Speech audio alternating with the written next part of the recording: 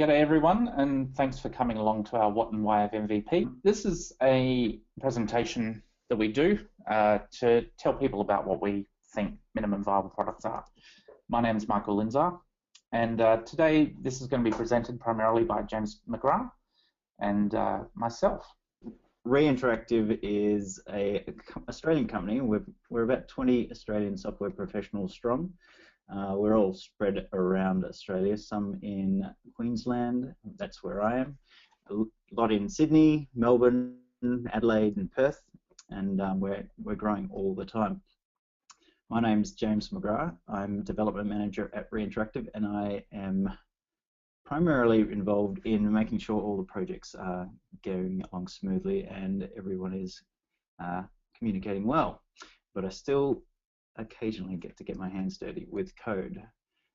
Mikel is with us as well. You've heard Mikel Lindsaar. He is the founder of Reinteractive. He's also a Ruby on Rails core contributor, which is one of the tools that we use heavily in our development. And he is also the maintainer of the Mailgem, which is used by millions of people worldwide, and software products. A little known secret is that Mikel is still very active as a coding ninja. A few nights ago, he was up all night ripping out code and recoding core components of a product we're working on. So look out for that.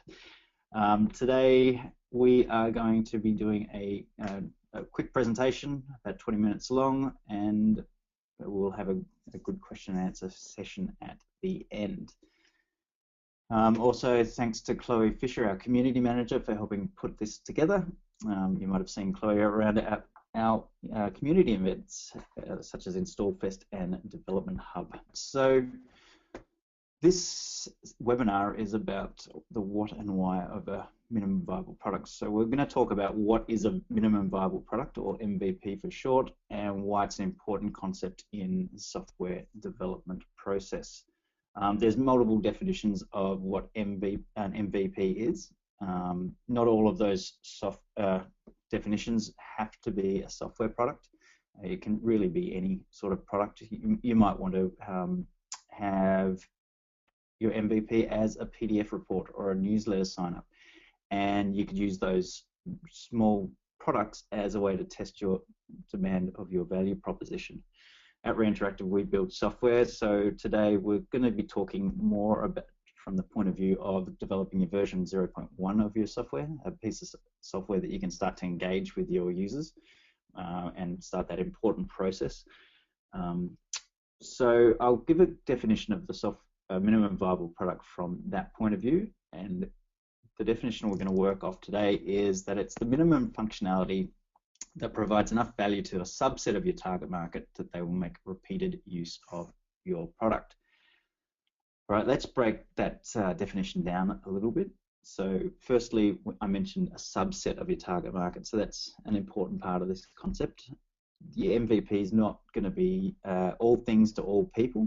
You want to reduce your amount of effort you need to put into developing your product. And one of the great ways to do this is to reduce the audience diversity. So the less diverse your audience, the less diverse the set of features you will need. An example might be that you might want to target your power users versus your basic users. Or if you're building, say, a marketplace piece of software, you might just build one side of that marketplace for the buyers and not concentrate on that selling side. The second part of that definition was repeated use of your product, and this really speaks to the viable part of the MVP terminology. And when you've got a software product, it's really important that you are providing enough value to your users that they're going to come back and keep using it. And that repeated use is important because obviously you get to engage and learn and possibly earn some dollars when you from your users using that product. All right, so we've got the MVP concept, and we're going to contrast that to what I'm going to call the full-featured product, or maybe we can call that your perfect product. Now, a perfect product or your full-featured product is the product that you're imagining in your mind's eye. It's got every single feature that you could ever imagine. It's highly polished. It's your dream product. And you might be thinking, well, obviously that's going to be a lot better than an MVP, but there are reasons why, even if you could get your perfect product first go, there's reasons why it's better to go with an MVP approach than that perfect product approach. And it is actually worthwhile pointing out that I think the term perfect product is a bit of it's like a unicorn. It sort of sounds realistic, but it's almost impossible to achieve first go anyway. So it's not something we really want to aim for anyway, because it's sort of an impossibility. But there are benefits, even if you could, there are benefits for going for the MVP approach. And something that I'd like to hear from the audience later on is, have anyone tried building their perfect product as their first attempt at a product? And I'd love to hear what your experiences were and find out if you found it problematic. All right, so one of the big deals with MVP is about getting your product out to market quicker. If you don't have a product, it's going to be a major blocker on your progress as a business. If you don't have a product, you are not providing value to your users. You can't start learning from their feedback. You can't start testing your marketing channels. It's much more difficult to test those marketing channels if you don't have a product out in the market. You can't start getting market traction, which is very important when you're developing a software product. And making money, it's a little known fact, but you can charge money for an MVP if it's well designed and providing the right amount of value. It might not be the final amount, it might not be the price, the amount of money that you get from a full-featured product, but you can start earning money with that first release right out of the gate. So, looking at your dream product versus your minimum viable product, one of the big differences between these two approaches is it's based on the release strategy. So with your dream product, we're going to be building and building and building and building, and you go away for a long time. You hone your idea, you've got your idea in your head, and you build it for a long time, working in isolation, and then you have a big release, and your users start using the product. Basically, you're telling your users what you think that they want. With a minimum viable product, we have a different approach where we try to identify a very small set of features. We release those set of features to actual users and start getting feedback from those users. So you take your idea, you build some of it, the most important parts, you release it, and then once you've released it, you start getting feedback from users, and you can use that feedback to iterate on the idea and build more functionality. You'll learn maybe what features are missing and what features aren't working, and you continually build your product in partnership with your users. And you want to have a much faster release cycle, and in order to get that quicker feedback, you iterate, feedback, iterate. It's building in partnership with your users. And to be honest, it is a more complex way of building a product than this dream product, where you build in isolation, because you're not going to be interacting with those customers, and your users are where things start getting complex. And once they start looking at the product, you're going to find out a lot of great feedback, but it's going to complicate your life because you can't just work in isolation. So why would you want to take that more complex approach? One of the first reasons is that you don't really know what your customers want. The fact is, even though you might have you feel strongly about what your customers are going to want, faith does not equal knowledge. You just don't know until the users start using the product. There is a quote that I like that sums this up nicely, and that is that no battle plan survives contact with the enemy. And that was a quote from an army commander many years ago, and it speaks to the fact that even if you've got your perfect battle plan laid out, as soon as you start engaging with the enemy, things are going to start changing, and your plan is going to need to change to compensate for how the enemy is acting. And in this case, with a product, you are going to develop a product, and as soon as your users are going to start using that product, you're going to start learning from your users. And you might find some very surprising learnings from your users. You might find that your users start using the product in unexpected ways.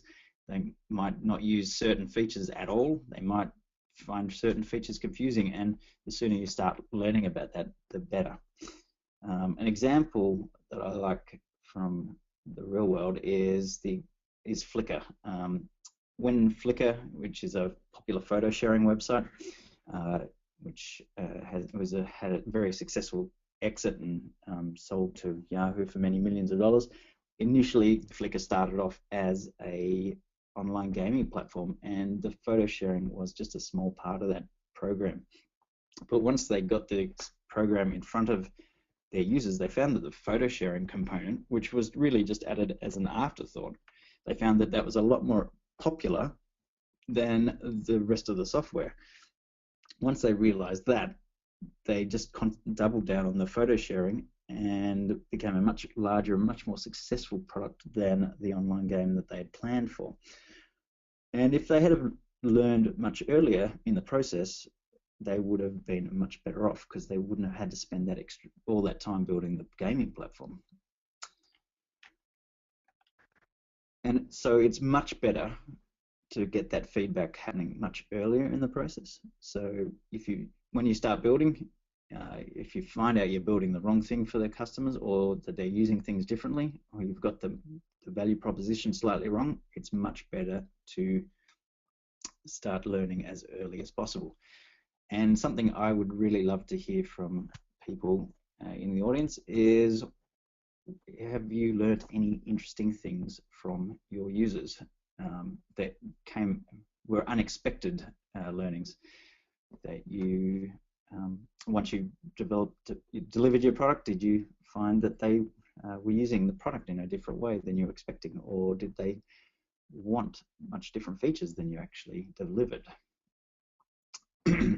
All right, so all this leads to a risk reduction. Delivering your functionality a lot earlier allows you to reduce your risk, because you're going to learn things a lot sooner, and it means that you can sink less money into the building of the product before you do that important learning. So by releasing early, and in this example, if we released the red block at the start and then find out we really want blue blocks, then we've got a chance to correct the mistake much earlier.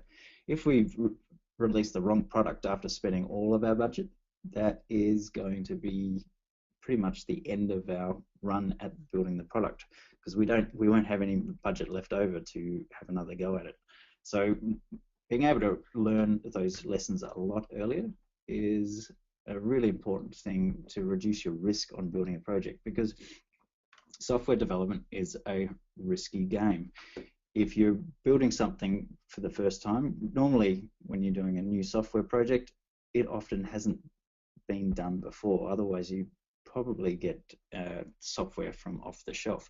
So if it's a completely new product, then it's a risk that nobody actually wants that product. So it's really important that you're trying to reduce that risk as much as possible. This really reminds me of a experience that I had a few years ago, where I was involved in a startup that was concentrating on doing, it was a photo sharing, but sharing private photos with groups of friends, so that college students could have a big night out on the town, for example, and post photos online and not embarrass themselves in front of employers. The startup founders thought that Facebook had a flaw where people posting their photos of embarrassing photos online could have negative impact in their future employment prospects. So they thought there's a market need for the ability to share photos privately with groups of friends. And so we went off and built this software, and we did heaps of different functionality.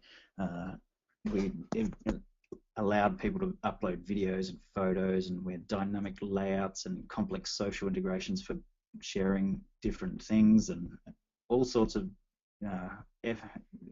functionality was added to this product.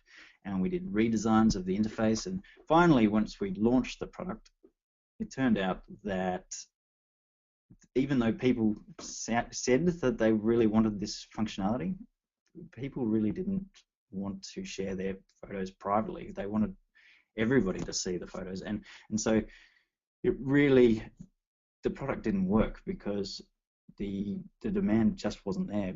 The use case, it sounded good in theory, but once people started using it, they realized it was too much hassle, and they didn't want to actually go through the process of using that product. And they found that they really didn't have many events where they would have embarrassing photos that they wanted to post online. So even though everyone said it sounded like a good idea, it just really didn't work.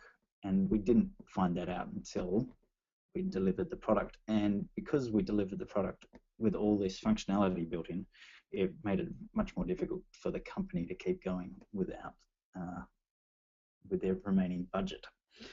So I've seen this happen a few times.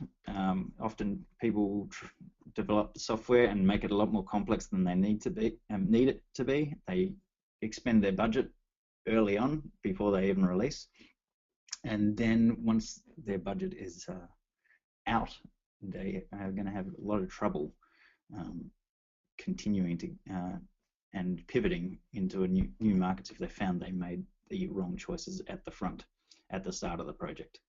And I'd be curious to hear if anyone else has had similar experiences.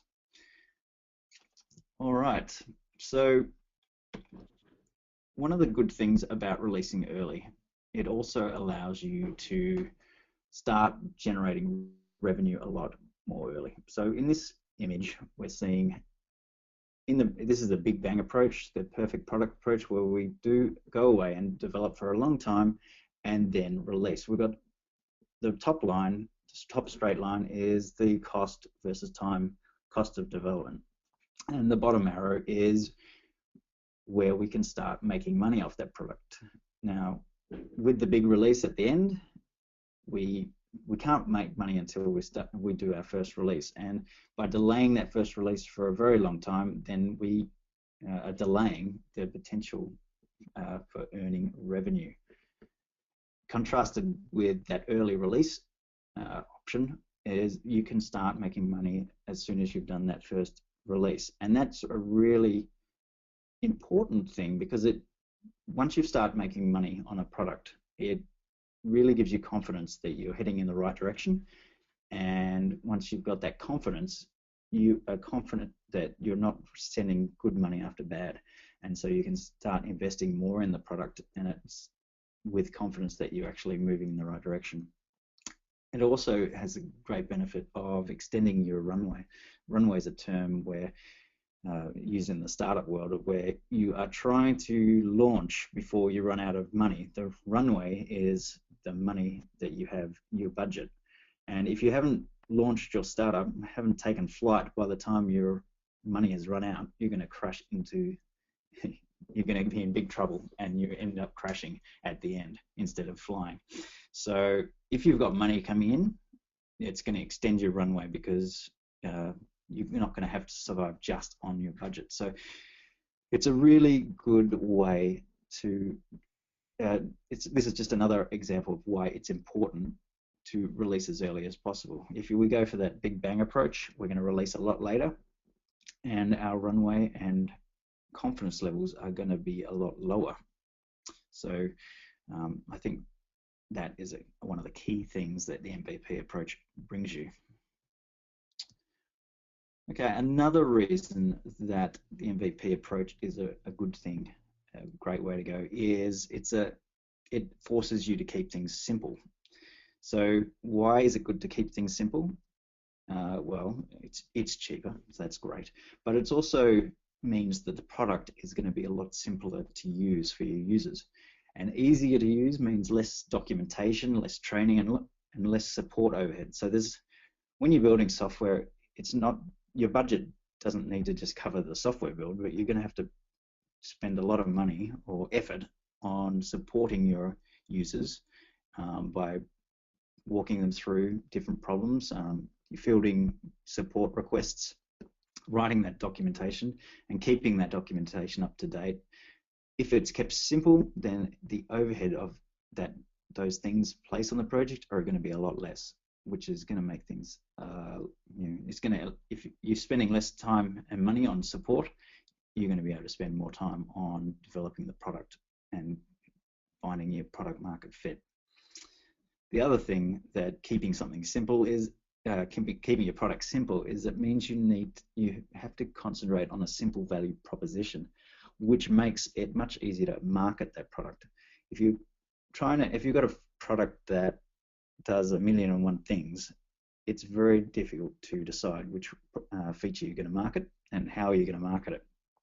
If you've honed in on a very simple value proposition, it's going to be a lot easier to market and prove that you have got market fit for your product, which is really important in those early stages. It's also great to keep your product simple because it's going to be easier to experiment with. One of the big things about MVP products is that part of the process is it's experimental. You don't know what your customers want. You don't know that this is going to be a product that is going to be successful in the market. You don't know if your value proposition is right. And you want to basically experiment with your product to see if you're heading in the right direction. And experimenting with a simple product is a lot simpler than experimenting with a complex product. Much like a science experiment, you want to minimize the variables at play as you are doing that experimentation. If you introduce 50 features all at once, how are you going to know which ones are the ones that are having the desired effect? If you change things significantly every time you release, then you're not going to be able to learn which feature is having the desired effect. So it's better to start simple and then make small changes and learn from those small changes and then iterate on that product.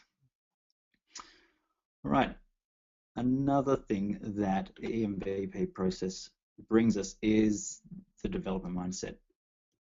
And it's important that we keep the MVP process, our developers know that we are developing an MVP, and because it allows them to develop program defensively.